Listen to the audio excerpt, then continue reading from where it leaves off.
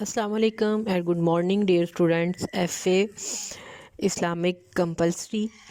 آج ہم پڑھیں گے معاشرتی ذمہ داریاں، محاسن اخلاق اور رذائل اخلاق اس میں آئیں گے۔ معاشرتی ذمہ داریوں میں پیج نمبر ہے 134۔ محاسن اخلاق سے مراد اچھی عادتیں، اچھے اطوار اخلاق کو جو سنوارتی ہیں، افراد کے اخلاق کو بہتر بناتی ہیں، اور اچھا اخلاق ہی کسی معاشرے کی خوبصورتی ہوتی ہے۔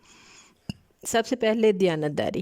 اب دیانتداری کا مفہوم سچائی، ایمانداری۔ اصطلاح میں اگر ہم دیکھتے ہیں تو دیانتداری سے مراد کسی شخص کی جانب سے اپنی تمام تر معاشی، دینی، اخلاقی، پیشہ ورانہ دیگر ذمہ داریوں کو ان کے تمام تقاضے ادا کرتے ہوئے لگن سے سر انجام دینا۔ قرآن مجید میں اگر ہم دیکھتے ہیں تو رب کریم فرماتا ہے سورہ نساء میں، ان اللہ یأمرکم ان تؤدوا امانتی الی اہلہا، کہ اللہ تم کو حکم دیتا ہے کہ امانت والوں کو امانتیں ان کے حوالے کر دیا کرو۔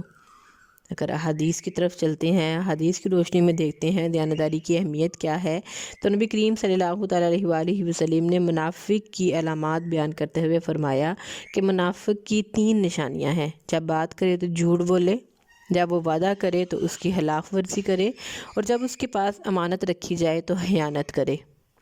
ایک جگہ فرمایا کہ مجلسوں میں کی جانے والی باتیں امانتیں ہوتی ہیں۔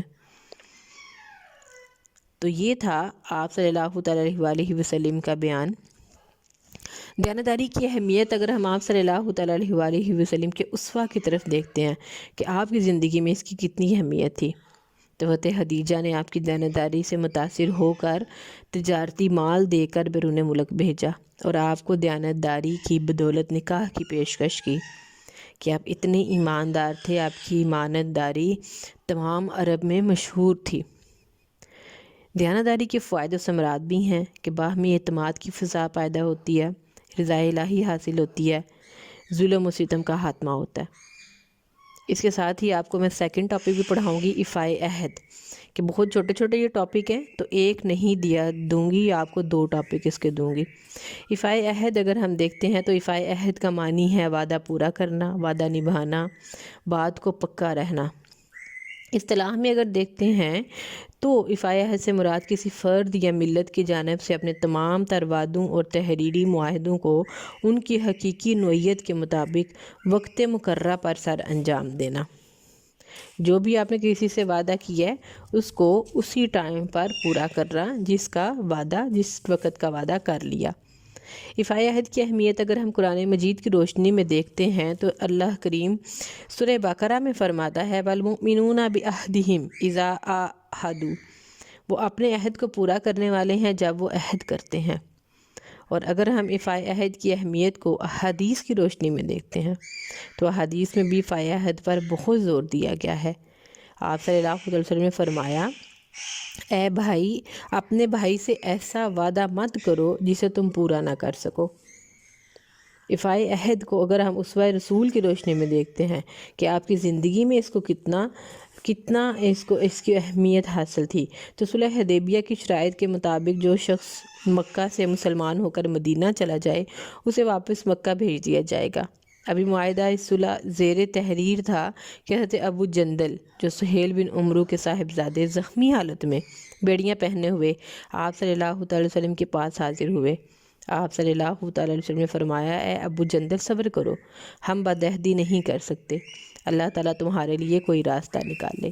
یعنی آپ نے ابو جندل کو واپس کر دیا اور واپس مکہ بھیج دیا، مدینہ ساتھ نہیں لے کر گئے۔ تو یہ تھے آپ کے وعدے کی خوبصورتی کہ آپ کس طرح اپنا وعدہ پورا کرتے تھے۔ ایفائے عہد کے فوائد بھی بہت سے ہیں۔ انسانی عزت و شہرت میں اضافہ ہوتا ہے، قیامت والے دن صدیقین کا ساتھ ملے گا، جو کہ بہت اعزاز کی بات ہے۔ کاروبار میں لوگ اعتماد کرتے ہیں، جو بندہ سچ بولتا ہے، اپنے وعدے کو وقت پہ پورا کرتا ہے، اور اللہ کا قرب اور خوشنودی حاصل ہوتی ہے۔ تو آج ہم نے 2 ٹاپک کیے ہیں، دیانتداری اور ایفائے عہد۔ کل بھی انشاءاللہ ہم 2 ٹاپک کریں گے، سچائی اور عدل و انصاف، کہ وہ چھوٹے چھوٹے ٹاپک ہیں اس لیے آپ کو 2 کروا رہی ہوں۔